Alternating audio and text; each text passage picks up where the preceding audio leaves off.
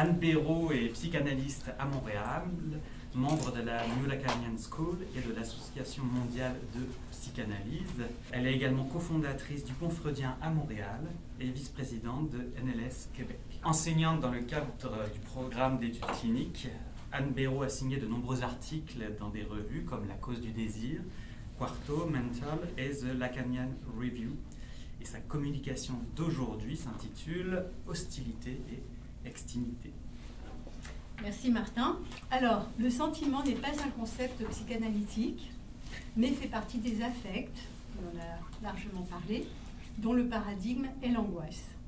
Dans son séminaire sur l'angoisse, Lacan précise que c'est un affect qui ne trompe pas l'angoisse par rapport au réel, c'est-à-dire qu'il indique la voie du réel quant au désir et à la jouissance. L'hostilité s'inscrit dans un registre qui côtoie la haine et l'agressivité, tout en pouvant rester plus discret ou, au contraire, se déployer jusqu'à ouvrir les hostilités. Un sentiment hostile peut conduire à l'angoisse chez celui qui le ressent et nourrir la haine envers l'autre. Personne n'échappe à l'expérience du sentiment hostile. L'étrangeté en soi. C'est avec la citation d'un roman que je commencerai. Vous êtes allé sur le terrain de la psychanalyse, donc à mon tour d'aller sur le terrain de la littérature. Et bien que chaque matin me trouvât un peu plus à l'aise ici, moins appréhensif des gens qui m'entouraient, ma fatigue grandissait aussi quotidiennement de l'effort de me découvrir dans mes réactions à cet environnement inconnu, à cet autre permanent qui rendait étranger le son de mon propre langage dans ma bouche, qui faisait paraître insolite et malsaine la blancheur de ma peau, qui donnait à voir mes pensées et mes idées comme bizarrement hyperstructurées et symétriques. Plus je restais ici, plus je prenais conscience de la différence qui me ramenait sans cesse à moi comme à celui qui était exotique, étrange, et parce qu'il était si manifestement adapté à un autre monde, comme à l'inepte, celui qui ne pouvait pas s'exprimer clairement, celui qui n'avait pas l'air que devait avoir un être humain, celui qui ne pensait pas d'une façon particulièrement utile ou intéressante. Et l'effort d'être obligé pour la première fois de ma vie de me colter en permanence et si étroitement avec cet homme m'épuisait. Fin de citation. L'auteur, Russell Banks, dont le narrateur se trouve dans un village au plus profond de la Jamaïque, dit combien l'environnement inconnu, l'autre étranger qu'il écrit, Russell Banks avec un grand A, soulignant ainsi sa différence absolue, le déstabilise et produit une appréhension vis-à-vis de l'autre, mais le renvoie surtout à sa propre étrangeté. L'étranger extérieur fait ressortir son étrangeté à lui-même. Elle se situe au cœur du sujet. Tout l'intérêt du roman réside dans la position du narrateur qui ne recule pas devant sa propre étrangeté à lui-même, ce qui lui permet de découvrir l'autre et d'accueillir l'altérité. Mais de se la colter, sa propre étrangeté à lui-même, de se débattre avec elle, l'épuise. Et ça, jusqu'à la fin du livre. Expulsion du déplaisir hors de soi. Du point de vue de la psychanalyse, comme Freud l'a postulé, la haine est première par rapport à l'amour. En tant que point de rejet, d'expulsion primordiale de l'autre. Freud indiquait que la haine, en tant que relation à l'objet, est plus ancienne que l'amour. Elle provient du refus originaire que le moi narcissique oppose au monde extérieur, prodiguant des excitations. C'est la thèse développée par Freud dans Pulsion et Destin des pulsions. Originairement, le moi contient tout. Par la suite, il évacue un monde extérieur. C'est sous la domination du principe de plaisir que le moi prend en lui, dans la mesure où ils sont source de plaisir, les objets qui se présentent. Il expulse hors de lui ce qui, à l'intérieur de lui-même, provoque du déplaisir. Ainsi, la particularité du monde extérieur, de notre ailleurs, c'est qu'il est fait des excitations internes déplaisantes qui sont rejetées. Freud définit l'amour comme la relation du moi à ses sources de plaisir, alors que la haine désigne, dans son sens originaire, la relation au monde extérieur, étranger, qui apporte les excitations. Donc se constituent simultanément le moi plaisir et le champ du déplaisir, c'est-à-dire de l'objet comme reste, comme étranger. Lacan déduit que l'objet bon à connaître est celui qui se définit dans le champ du déplaisir, ce qui peut paraître paradoxal, puisqu'il reste hors du moi plaisir et donc étranger. Si je reprends le premier temps, ce temps 1, évidemment c'est un temps logique, qui est le temps du moi réalité, ça ce sont les termes de Freud, hein, real ich, et le temps logique 2, là il y a une séparation en deux, il y a le moi plaisir purifié, Lust ich, qui comprend les objets aimables, c'est solidaire de la condition d'homéostase, c'est-à-dire conserver les tensions à un niveau le plus bas possible. Le déplaisir est rejeté à l'extérieur, donc ça devient un objet comme reste, étranger, rejeté hors du moi plaisir, qui lui garde les objets aimables. Donc. Et donc à l'extérieur, ce sont les objets à connaître, et donc la haine est en lien avec la connaissance. J'y reviendrai après. Ce qui est donc de l'ordre du déplaisir s'inscrit dans le moi comme non-moi, écornage du moi. C'est une référence pour ceux qui veulent aller voir au séminaire 11. Haine et connaissance.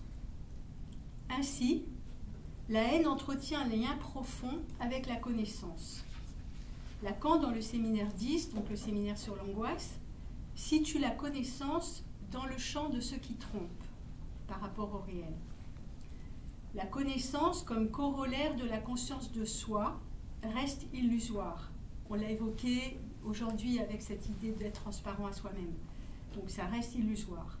Pourquoi ? Parce que la conscience de soi part du stade du miroir, qui cerne l'image du corps propre devant lequel le sujet a le sentiment jubilatoire d'être à lui-même transparent. L'objet de la connaissance est construit sur le modèle de l'image spéculaire. Donc la connaissance est trompeuse, d'un point de vue psychanalytique, même d'une expérience analytique, on peut dire. Donc la connaissance est trompeuse, mais cela explique son lien avec la haine, puisqu'elle repose sur la spécularité. La connaissance se distingue du savoir. D'après Lacan, ces deux termes ne sont pas équivalents. La connaissance étant imaginaire suppose un rapport entre le sujet et l'objet de la connaissance, alors qu'on acquiert, dans l'expérience analytique évidemment, on acquiert un savoir qui est plutôt celui du non-rapport, comme on l'a également évoqué, donc de l'impossible. On peut accumuler des connaissances et ne rien en tirer comme savoir. De la connaissance à la saloperie. Je cite Lacan. Jusqu'à l'analyse, c'est-à-dire historiquement faite, le chemin de la connaissance a toujours été tracé dans celui d'une purification du sujet. Eh bien, nous disons que nous fondons l'assurance du sujet dans sa rencontre avec la saloperie qui peut le supporter, avec le petit a dont il n'est pas illégitime de dire que sa présence est nécessaire.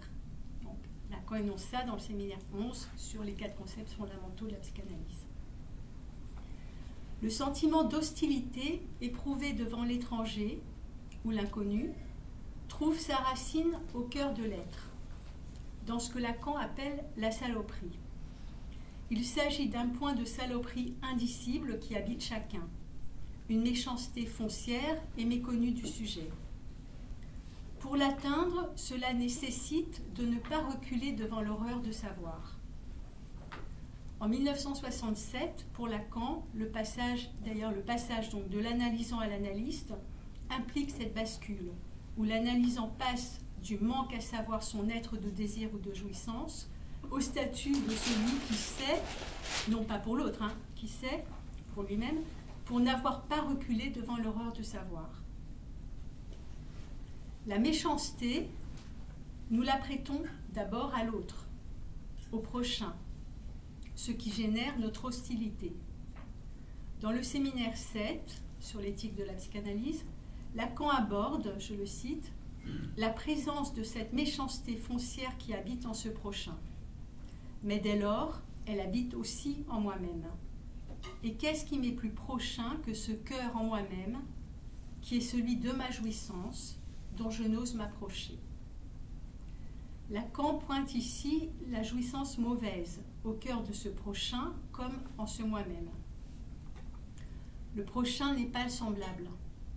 Lacan distingue le prochain, c'est-à-dire l'étranger en l'autre et en mon être, c'est-à-dire ce qui a trait à la jouissance. Il le distingue donc du semblable qui, lui, se constitue à partir de l'image du moi.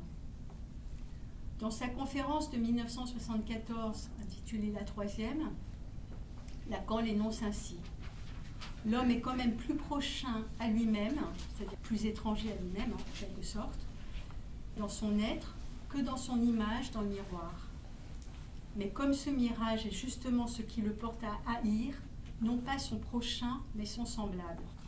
Ainsi, la différence absolue entre les êtres est toujours accrochée à une saloperie que vous avez chopée du discours de l'autre et que vous repoussez, dont vous ne voulez rien savoir.